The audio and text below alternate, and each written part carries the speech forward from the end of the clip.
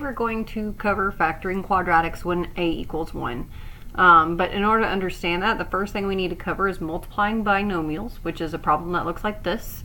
One of the ways that you can actually multiply them is by applying the FOIL method, and all that stands for is first, outside, inside, and last. So we're going to FOIL these binomials. So the first thing we have to do is multiply the two first terms, which is the first of each binomial. So that would be our blue x and our green x.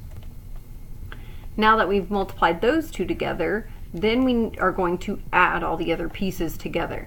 So now we're going to multiply our outsides together. So our blue x, and then the other outside is our red negative 8, because the sign always goes with what is behind it. So it's negative 8. Now we need to multiply the insides together. So the two inside terms, which is our purple 9 and our green x. And lastly, we need to add our last terms, which is our purple 9 and our red negative 8. Now we need to actually multiply all those things together. So x times x is x squared. Negative 8x is minus 8x plus 9x. And then plus, but it's negative 8 times 9, which is a negative or minus 72. And then you need to combine like terms, which is usually just means that you're going to add your two middle terms together. So x squared comes down, and then negative 8 plus 9 is a positive 1, or just plus x, and then bring down your minus 72. And so this trinomial is what those two binomials multiplied together gives you. Now we're going to factor a quadratic, and I'm actually going to use this exact one right here to show you how it is a reverse process of this.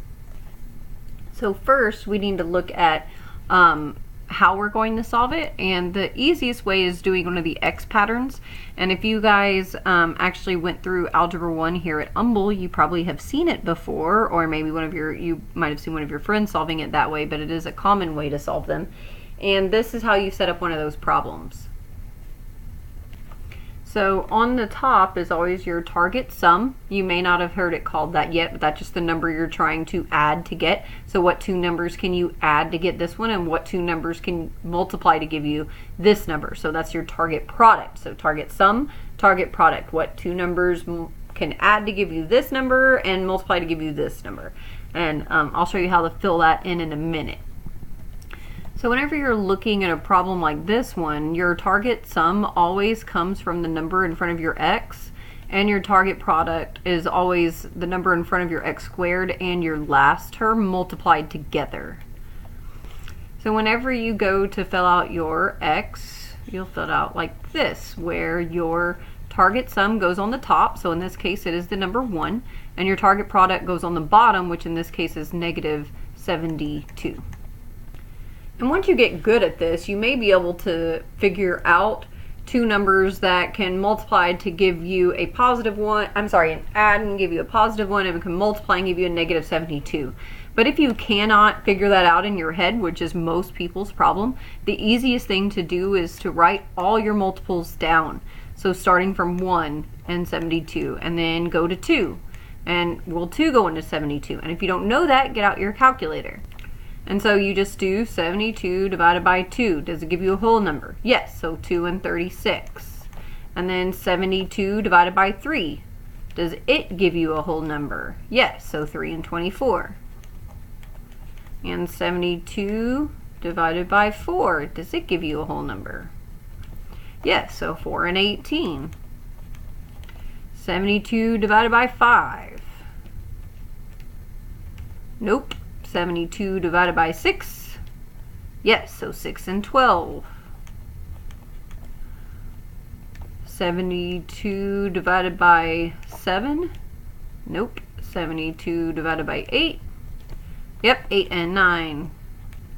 And then you know you're done whenever your next number would actually put you back going up that line. So we're done because after 8 would just be 9, which would give me 8. And so we're done with all the factors. These are all the possibilities. So then you look at these, and you know that in order to have a negative number, from a multiple, whenever you multiply two numbers together, if it's a negative, it has to be a positive number and a negative number together. So in this case, if you had a negative 8 and a positive 9, negative 8 plus 9 is 1, because the same thing as 9 minus 8. But negative 8 times a positive 9 will give you negative 72. So these are my factors. So negative 8 and 9. And all that means is in order to solve this, you put x's in front of those. So x minus 8 is one factor, and then x plus 9 is your other factor. And that is exactly what we did up here in order to get that trinomial. And then again, if you want to make sure that you're correct, you could multiply them again. And there's another way to multiply. It kind of looks like a multiplication box. So like this. If you haven't seen it yet, in case you want to check your answer, you would put one binomial on the left, so you could do x and then negative 8, and the other binomial on the top, so x and then positive 9. You could even do it that way. You might also recognize it as kind of like a Punnett square from biology, but it still works the same way. You're going to multiply the two things together in the same box. So in this case, x times x is x squared. X times 9 is 9x. Negative 8 times x is negative 8x. And negative 8 times a positive 9 is negative 72. And then whenever you do this, it's always these two diagonals you add together in order to get your middle term. So you'll have x squared plus, and then these two added together. 9 minus 8 is just a positive x, and then negative 72. And since it gave us back our answer, it's a check and we're done. And this is the end of your notes. You can do every single problem this way.